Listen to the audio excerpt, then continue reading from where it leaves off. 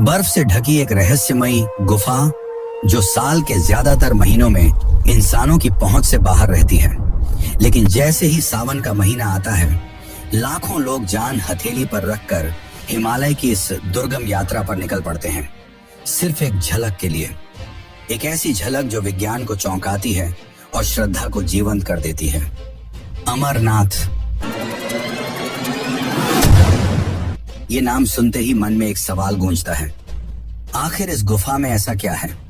क्यों हर साल यहाँ बर्फ से अपने आप एक शिवलिंग बनता है जो किसी इंसानी हस्तक्षेप के बिना आकार लेता है, बढ़ता है और फिर धीरे धीरे लुप्त हो जाता है?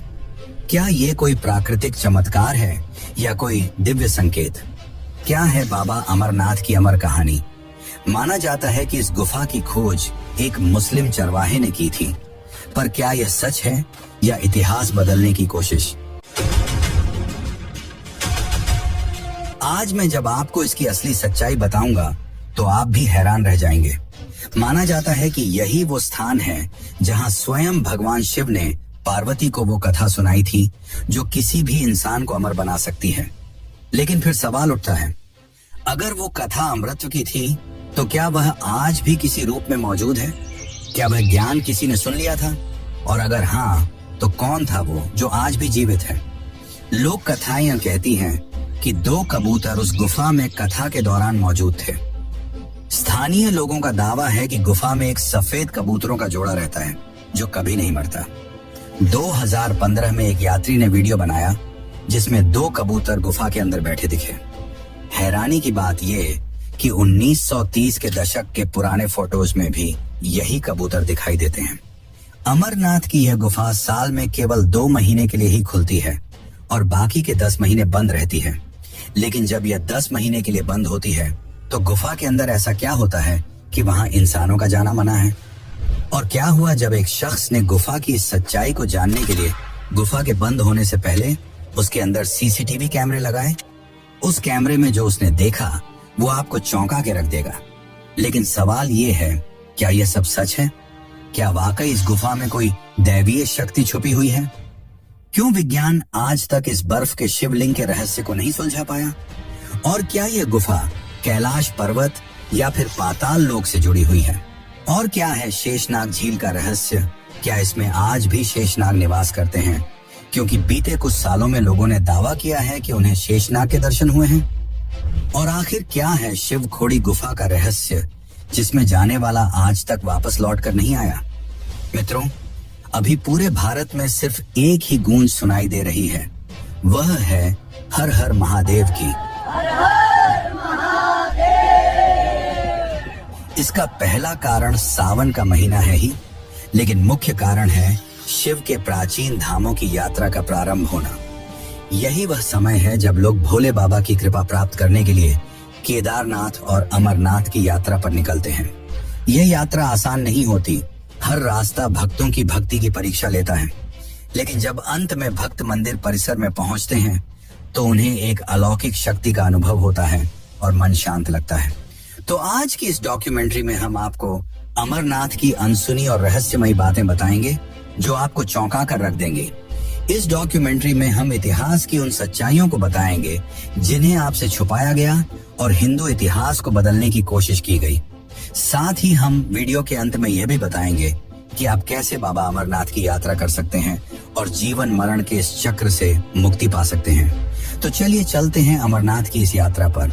लेकिन उससे पहले अगर आप चैनल पर नए हैं तो वीडियो को लाइक करके चैनल को सब्सक्राइब जरूर कर लें और कमेंट में लिखें हर हर महादेव।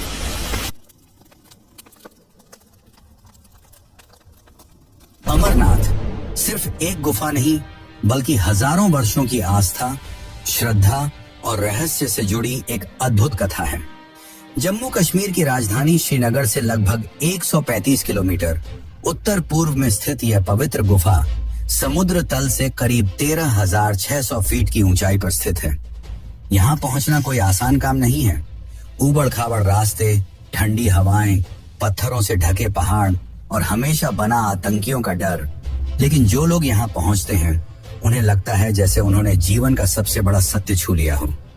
अमरनाथ गुफा बाहर से जितनी साधारण दिखती है, भीतर से उतनी ही दिव्य है।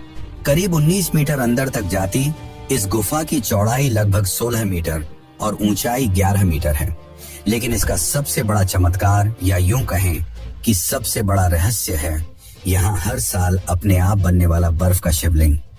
ये कोई मूर्ति नहीं, न ही किसी इंसान द्वारा बनाई गई कोई आकृति।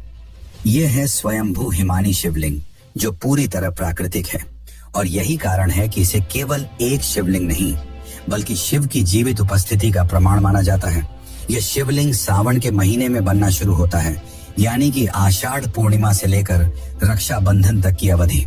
जैसे जैसे चंद्रमा बढ़ता है, वैसे वैसे यह शिवलिंग भी आकार लेता है। श्रावण पूर्णिमा को इसका आकार अपने चरम पर होता है, करीब 10 फुट ऊंचा। और फिर जैसे जैसे चंद्रमा घटता है, शिवलिंग भी धीरे धीरे विलीन होने लगता है। चमत्कार की बात तो यह है कि यह बर्फ ठोस होती है, इतनी ठोस कि वर्षों तक जमा रहे, जबकि गुफा की बाकी बर्फ नरम होती है, जो हाथों पर रखते ही घुल जाती है। गुफा के भीतर से पानी की बूंदें टपकती हैं। इन्हीं बूंदों से धीरे धीरे शिवलिंग आकार लेता है। और इसी स्थान को अमृत की गुफा कहा जाता है, क्योंकि पुराणों के अनुसार यहीं भगवान शिव ने माता पार्वती को अमर कथा सुनाई थी। वह कथा जिसे कोई और न सुने, इसलिए शिव ने पहले नंदी को, फिर चंद्रमा, सर्प, गण और पंच तत्वों को भी त्याग दिया। यहां तक कि उन्होंने अपने प्रिय रुद्र गणों को भी बाहर छोड़ दिया, ताकि केवल पार्वती यह कथा सुन सके। और यही कारण है कि इस गुफा को तीर्थों का तीर्थ कहा जाता है। यह केवल एक धार्मिक स्थल नहीं, यह एक अनुभव है जो आपको जीवन, मृत्यु और पुनर्जन्म की गहराई से परिचित कराता है। यहाँ आने वाले श्रद्धालु कोई साधारण यात्रा नहीं करते। कोई पैदल चलता है, कोई डंडी में सवार होकर आता है, तो कोई बर्फ में नंगे पांव, सिर्फ इसलिए कि एक झलक मिल जाए उस शिवलिंग की, जिसे देखना मानो साक्षात शिव के दर्शन करना है। यहाँ तक कि वृद्ध, बीमार और बच्चे भी इस कठिन यात्रा पर निकलते हैं, क्योंकि ऐसा माना जाता है कि जो जीवन में एक बार भी बाबा अमरनाथ के दर्शन कर ले, वह जन्म मृत्यु के चक्र से मुक्त हो जाता है। यात्रा कठिन है, लेकिन जब आप गुफा के सामने पहुंचते हैं, ठंडी हवाओं के बीच घंटियों की आवाज, हर हर महादेव की गूंज और सामने बर्फ से बने शिव की उपस्थिति, तो मन, वचन और आत्मा तीनों एक साथ झुक जाते हैं। यह है अमरनाथ, जहां हर साल साक्षात शिव हिम के रूप में प्रकट होते हैं। एक ऐसा धाम जहां विज्ञान भी मौन हो जाता है।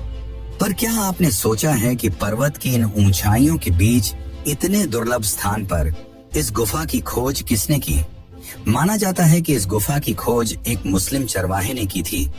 तो चलिए अब जानते हैं इस गुफा की खोज का असली इतिहास, जिसे आपसे छुपाया गया। इतिहासकारों के अनुसार अमरनाथ गुफा की खोज 16वीं शताब्दी में एक मुस्लिम चरवाहे ने की थी।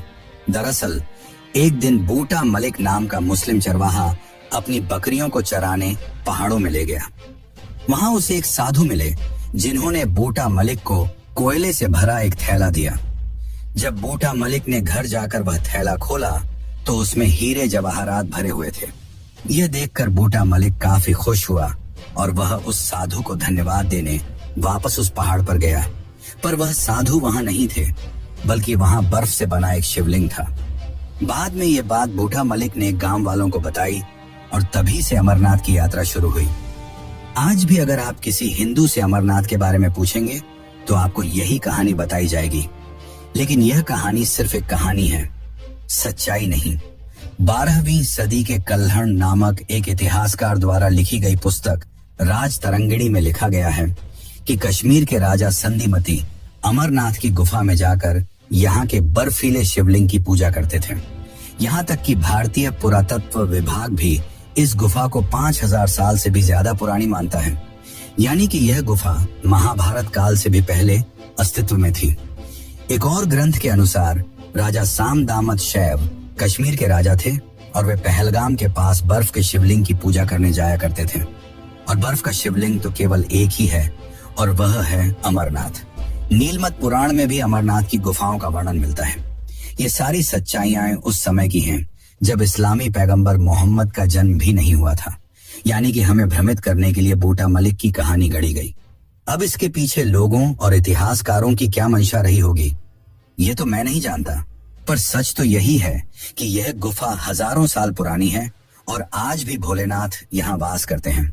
और साथ ही यहाँ वास करते हैं वे दो कबूतर जिन्होंने भोलेनाथ से अमृतत्व की कथा सुन ली थी। तो चलिए अब जानते हैं भगवान शिव और इस स्थान के निर्माण से जुड़ी कथा के बारे में। अमरनाथ हिंदुओं के सबसे पवित्र तीर्थ स्थलों में से एक है और हर साल यहाँ लाखों लोग बाबा बर्फानी शिवलिंग के दर्शन करने के लिए आते हैं।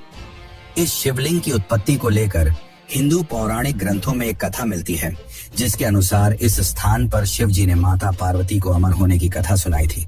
दरअसल एक दिन माता पार्वती ने शिव जी से कहा, प्रभु, मेरा शरीर तो नश्वर है जो एक दिन मृत्यु को प्राप्त हो जाएगा, परंतु आप अमर हैं। आखिर इसका कारण क्या है, यह मुझे भी बताइए, मैं भी अजर अमर होना चाहती हूँ। तब शिव ने कहा कि यह सब अमर कथा के कारण है।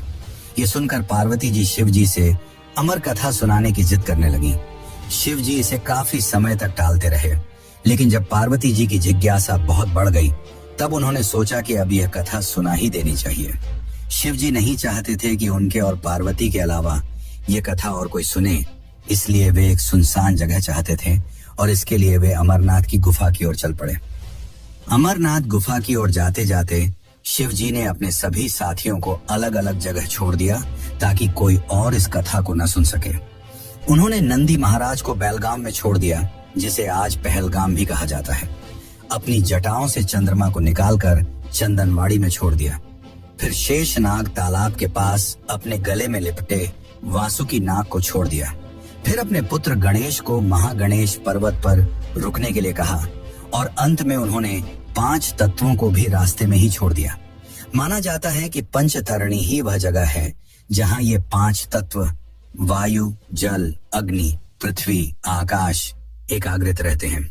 इन सभी तत्वों को छोड़ने के बाद महादेव माता पार्वती के साथ अमरनाथ की गुफा में पहुंचे। शिव जी ने यह सुनिश्चित किया कि उस जगह पर उनके अलावा और कोई न हो। फिर वहां एक सुख नामक पक्षी मौजूद था।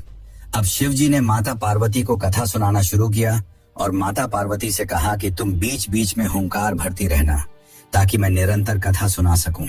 अब महादेव ने अमर कथा शुरू की। देवी पार्वती बीच बीच में हुंकार भरती रहीं, परंतु कुछ समय पश्चात माता पार्वती को नींद आ गई। शिव जी कथा सुना रहे थे और उस कथा को पार्वती के अलावा वह सुख भी बड़े ही ध्यानपूर्वक सुन रहा था और माता पार्वती के सो जाने के बाद सुख बीच बीच में हुंकार भरने लगा। परंतु कुछ समय पश्चात भगवान शिव को संदेह हुआ कि कोई और पार्वती की जगह हुंकार भर रहा है। शिव जी ने जब मुड़कर पार्वती की ओर देखा तो वह गहरी निद्रा में थी और उनके बीच बैठा हुआ कबूतर हुंकार भर रहा था। यह देखकर शिव जी क्रोधित हो उठे और अपना त्रिशूल लेकर उस पक्षी को मारने दौड़े। लेकिन कथा सुनकर पक्षी बहुत ज्यादा ज्ञानी हो चुका था और उसने अपने ज्ञान के बल पर माया का इस्तेमाल करके व्यास जी की पत्नी के गर्भ में जा छिपा।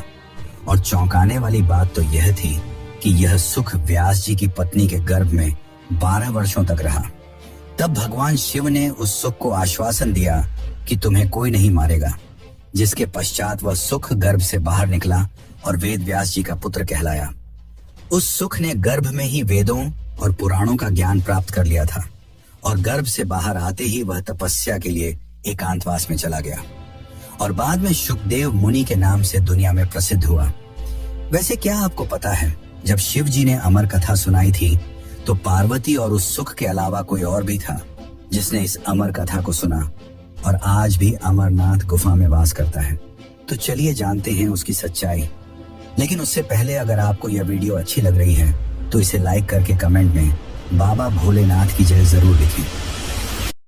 जो भी भक्त अमरनाथ के दर्शन करने जाता है उसकी बस एक ही मनोकामना होती है कि उसे अमर कबूतरों के दर्शन हो जाए। गुफा के अंदर 2 सफेद कबूतर कई हजार सालों से मौजूद हैं, जिनके दर्शन पाना सौभाग्य माना जाता है। लोगों का कहना है कि ये कबूतर साक्षात माता पार्वती और शिव जी ही हैं। दरअसल जब शिव जी माता पार्वती को अमृतत्व की कथा सुना रहे थे तब उनके अलावा एक सुख यानी कि कबूतर भी वहां मौजूद था, लेकिन उस कबूतर के साथ ही उसके 2 अंडे भी थे। शिव जी ने उन्हें जिंदा न समझकर वहीं छोड़ दिया, लेकिन कुछ समय बाद उन अंडों से 2 चूजे निकले जो बाद में अमर हो गए, और वही कबूतर का जोड़ा आज भी अमरनाथ की गुफाओं में मौजूद है। और सबसे चौंकाने वाली बात तो यह है कि इतनी ऊंचाई पर, जहां ऑक्सीजन की मात्रा ना के बराबर होती है और दूर दूर तक खाने पीने का कोई साधन नहीं है और ना ही आसपास कोई और पक्षी, लेकिन इतनी दुर्लभ स्थिति में भी ये दो कबूतर सालों से कैसे जिंदा हैं, यह अपने आप में एक चमत्कार है। यहाँ आने वाले भक्तों को इनके दर्शन से ऐसा लगता है मानो उन्होंने शिव पार्वती के दर्शन ही कर लिए हों। विज्ञान तो आज तक इस चमत्कार को नहीं समझ पाया, पर भक्तों की माने तो यह उनके शिव जी का वश है, जहां विज्ञान काम नहीं करता। वैसे एक और रहस्य है जिसने भक्तों को चौंका रखा है, जो है शेषनाग झील। माना जाता है कि इस झील में शेषनाग वास करते हैं। यह झील लगभग 250 फीट गहरी है और स्थानीय लोगों का यह मानना है कि 24 घंटे में एक बार शेषनाग इस झील के ऊपर आते हैं और कई भक्तों ने शेषनाग की परछाई देखने का भी दावा किया है। जैसा कि मैंने पहले बताया था कि भगवान शिव ने गुफा में जाने से पहले अपने सभी साथियों को रास्ते में ही छोड़ दिया था। उन्होंने जाते वक्त शेषनाग को इस झील में छोड़ दिया था और उन्हें आदेश दिया था कि वे ध्यान रखें कि कोई भी इस झील के आगे ना आ सके। चारों ओर पहाड़ियों और पर्वतमालाओं से घिरा हुआ यह झील काफी खूबसूरत लगता है और अमरनाथ आने वाले भक्तों के आकर्षण का एक मुख्य कारण है। लेकिन अमरनाथ में भक्तों और विज्ञान को भी आकर्षित करने वाली मुख्य चीज है यहाँ की स्वयं निर्मित शिवलिंग, जिसने सबको चौंका रखा है। तो चलिए जानते हैं इस शिवलिंग के निर्माण की असली सच्चाई और जानेंगे क्या हुआ जब एक आदमी ने अमरनाथ गुफा की सच्चाई जानने के लिए सीसीटीवी कैमरे लगाए। आखिर ऐसा क्या देखा उसने जिसने सबको विस्मित कर दिया। अमरनाथ गुफा में हर साल बनने वाला स्वयंभू बर्फ का शिवलिंग न केवल श्रद्धालुओं के लिए आस्था का प्रतीक है, बल्कि यह विज्ञान के लिए भी एक अबूझ रहस्य बना हुआ है। आपने भारत के अन्य तीर्थों पर संगमरमर, पत्थर या धातु से बने कृत्रिम शिवलिंग देखे होंगे, लेकिन अमरनाथ देश का एकमात्र ऐसा स्थल है जहां भगवान शिव का शिवलिंग प्राकृतिक रूप से बर्फ से निर्मित होता है। इसे कोई मानव नहीं बनाता, ये खुद ब खुद बनता है गुफा के अंदर हर साल एक निश्चित ऋतु में, और यही इसे एक चमत्कार की तरह बना देता है। ये बर्फ का शिवलिंग गुफा की छत से टपकने वाली पानी की बूंदों से निर्मित होता है, लेकिन यह पानी सामान्य नहीं होता। ये बूंदें इतनी अधिक ठंडी होती हैं कि जमीन पर गिरते ही जम जाती हैं और बर्फ की एक ठोस परत का निर्माण करती हैं। यही प्रक्रिया दिन रात चलती रहती है और कुछ ही दिनों में एक विशाल शिवलिंग आकार लेने लगता है। कभी कभी इसकी ऊंचाई 12 से 18 फीट तक पहुंच जाती है। यह सामान्य बर्फ नहीं है जो हाथ में लेते ही पिघल जाए, बल्कि यह एक ठोस आकृति होती है जो हफ्तों तक जस की तस बनी रहती है। विज्ञान कहता है कि बर्फ को जमने के लिए तापमान 0 डिग्री सेल्सियस या उससे नीचे होना चाहिए, लेकिन अमरनाथ यात्रा के समय जब लाखों श्रद्धालु गुफा तक पहुंचते हैं, उस दौरान यहाँ का तापमान कई बार 0 डिग्री से ऊपर होता है। ऐसे में सवाल उठता है, ये बर्फ तब कैसे जमती है? वैज्ञानिकों ने कई बार इसके पीछे की प्रक्रिया को समझने की कोशिश की। इसे स्टालैग्माइट फॉर्मेशन या हिमस्तंभ बनने की प्रक्रिया कहा, लेकिन फिर भी यह सवाल अनुत्तरित रह गया कि ऐसी प्रक्रिया हर गुफा में क्यों नहीं होती, और क्यों हर बार इसका आकार बिल्कुल शिवलिंग जैसा ही होता है। इसका आकार भी चंद्रमा के घटने बढ़ने के साथ बदलता है। जैसे जैसे पूर्णिमा आती है, शिवलिंग अपने पूर्ण आकार में आ जाता है और अमावस्या के बाद धीरे धीरे छोटा होता जाता है। यह सब कुछ एक दिव्य गणना जैसा लगता है, जैसे कोई अदृश्य शक्ति हर बूंद की दिशा तय कर रही हो। कोई पुजारी, कोई मूर्तिकार, कोई मशीन नहीं, फिर भी हर साल एक ही आकृति बनती है, एक ही स्थान पर। इसीलिए यह कहना अतिशयोक्ति नहीं होगी कि अमरनाथ गुफा में बनने वाला हिमलिंग सिर्फ एक प्राकृतिक घटना नहीं, बल्कि एक दैवीय संकेत है। एक ऐसा संकेत जो हमें बार बार याद दिलाता है कि भगवान शिव यहाँ सिर्फ विराजते नहीं, बल्कि स्वयं प्रकट होते हैं। यही कारण है कि लाखों लोग कठिन से कठिन यात्रा तय कर, बर्फीले तूफानों और ऊंचे पहाड़ों को पार कर इस गुफा तक पहुंचते हैं, क्योंकि वे यहाँ किसी मूर्ति को नहीं, खुद भगवान को साक्षात देखने आते हैं। तो क्या यह हिमलिंग केवल बर्फ की आकृति है या फिर शिव का अमर प्रतीक? जवाब शायद विज्ञान कभी न दे पाए, लेकिन हर साल गुफा में बम बम भोले की गूंज के साथ जो भाव उत्पन्न होते हैं वो किसी वैज्ञानिक सिद्धांत से नहीं, श्रद्धा और अनुभव से पैदा होते हैं। अब हम जानते हैं कि आप कैसे बाबा बर्फानी भोलेनाथ के दर्शन कर सकते हैं और कैसे जटिल रास्तों को पार कर अमरनाथ पहुंच सकते हैं। लेकिन उससे पहले हम ये जान लेते हैं कि क्या हुआ जब एक शख्स ने अमरनाथ की गुफा में चोरी छुपे सीसीटीवी कैमरे लगा दिए। एक बार की बात है, जम्मू कश्मीर के रहने वाले एक शख्स जिसका नाम महेश था, उसने चोरी छुपे बचते बचाते अमरनाथ गुफा के बंद होने के 2 दिन पहले गुफा में एक सीसीटीवी कैमरा लगा दिया। उसे साथ ही यह डर भी सता रहा था कि अगर किसी ने वह कैमरा देख लिया तो वह मुसीबत में पड़ सकता है। लेकिन किसी की नजर कैमरे पर नहीं पड़ी और 2 दिन बाद गुफा बंद कर दी गई। उसने देखा कि गुफा के बंद होने से कुछ ही देर पहले एक साधु गुफा के अंदर प्रवेश कर रहा है। उसने देखा कि सारे भक्त और पुजारी गुफा बंद करके अपने अपने घर लौट रहे थे, लेकिन वह साधु गुफा के अंदर ही बैठा रहा और ध्यान करने लगा। महेश ने सोचा कि वह यह बात जाकर पुजारी को बता दे, पर उसने यह भी सोचा कि अगर वह यह बात पुजारी को बताएगा तो उसकी सीसीटीवी वाली बात भी सामने आ जाएगी और उसके लिए परेशानी हो जाएगी, जिसके पश्चात वह चुपचाप उस साधु पर नजर बनाए रखा।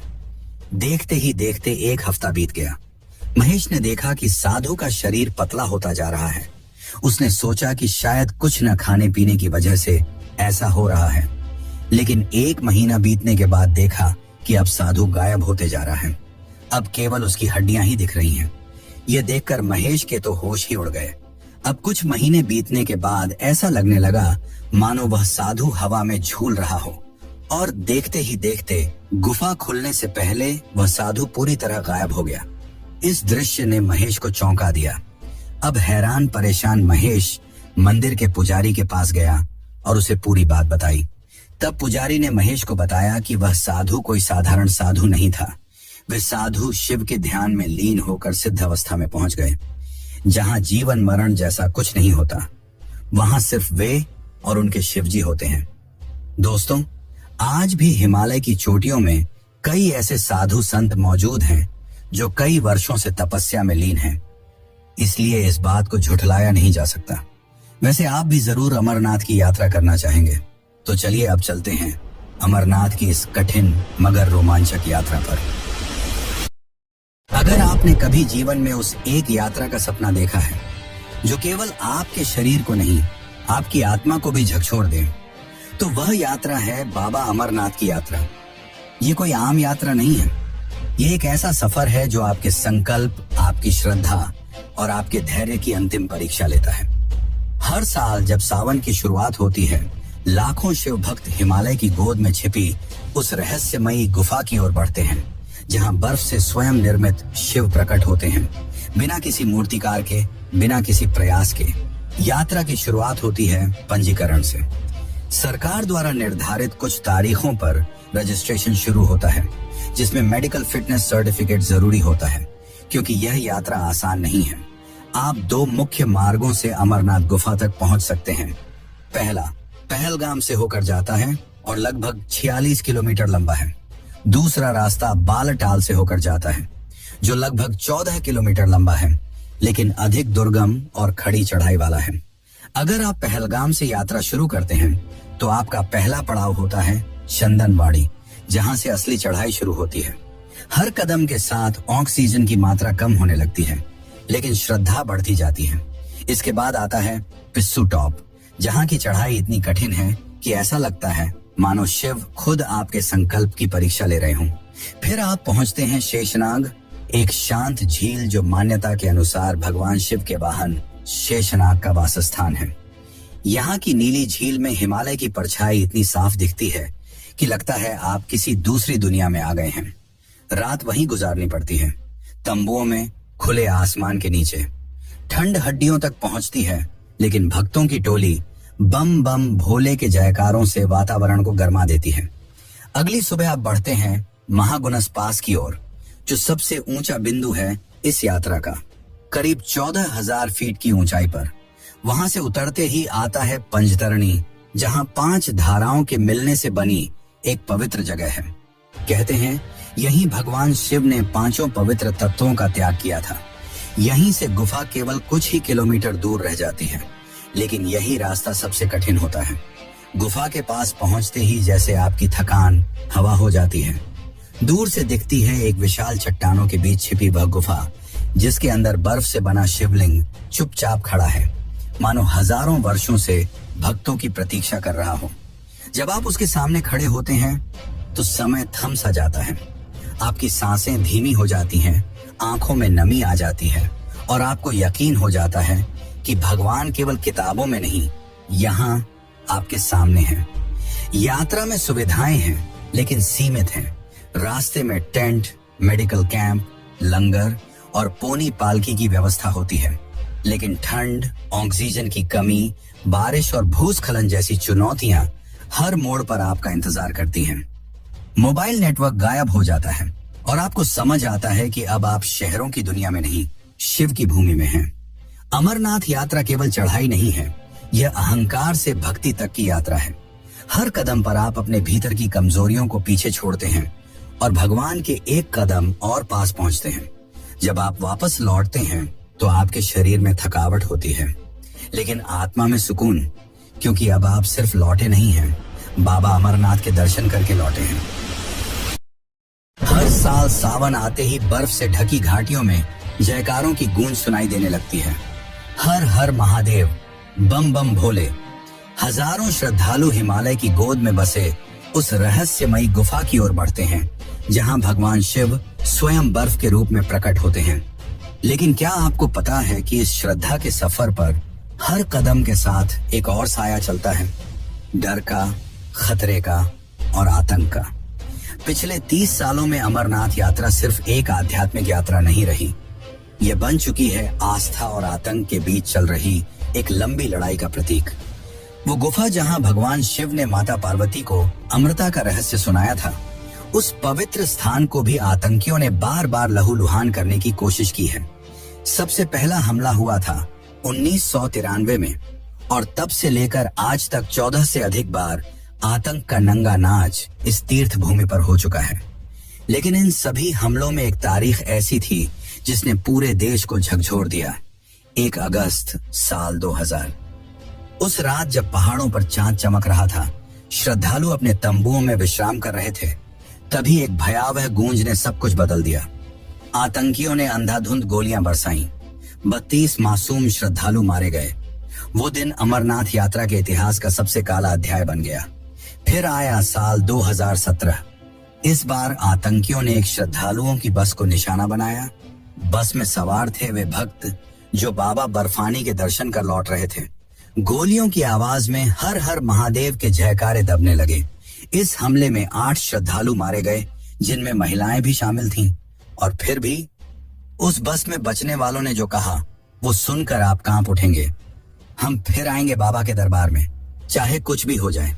हर साल आतंकियों की ओर से धमकियां आती हैं, यात्रा रोकने की कोशिशें होती हैं, लेकिन इन सब के बावजूद श्रद्धालुओं की संख्या कम नहीं होती, बल्कि हर साल बढ़ती जाती है।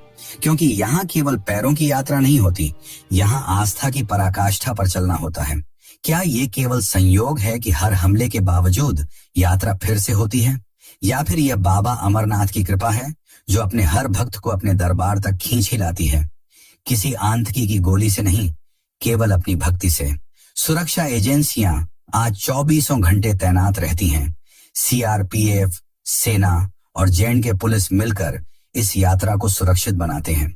जगह जगह लगे होते हैं check point, dog squad, CVC, drone, लेकिन फिर भी कहीं ना कहीं खतरे का साया मंडराता रहता है। और ऐसे माहौल में भी न तो 70 साल का बुजुर्ग रुकता है, न ही 18 साल का युवक, क्योंकि जब बुलावा आता है तो डर रास्ता नहीं रोकता। अमरनाथ यात्रा सिर्फ एक धार्मिक रिवायत नहीं, ये उस अडिग श्रद्धा का सबूत है जो आतंक की परछाइयों के बीच भी उम्मीद का दीपक जलाए रखती है। और यही कारण है कि हर साल जब यात्रा शुरू होती है तो केवल एक ही आवाज गूंजती है, बोलो बाबा अमरनाथ की जय।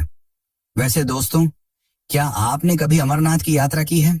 यदि हाँ, तो कमेंट में अपने अनुभव जरूर साझा करें, क्योंकि आपकी यात्रा किसी और को भी वहां जाने की प्रेरणा दे सकती है। और यदि आपने अब तक अमरनाथ की यात्रा नहीं की है तो मैं बाबा बर्फानी भोलेनाथ से विनती करता हूं कि मेरे सारे दर्शकों की मनोकामनाएं जल्द से जल्द पूरी हों। और अगर आपको यह वीडियो पसंद आया हो तो आपको केदारनाथ धाम के चौंकाने वाले रहस्यों के बारे में भी जरूर जानना चाहिए, जिसने विज्ञान को भी हैरानी में डाल दिया है। यदि आप भी उस रहस्यमयी केदारनाथ यात्रा पर जाना चाहते हैं तो यह अगला वीडियो जरूर देखें। धन्यवाद। जय बाबा बर्फानी।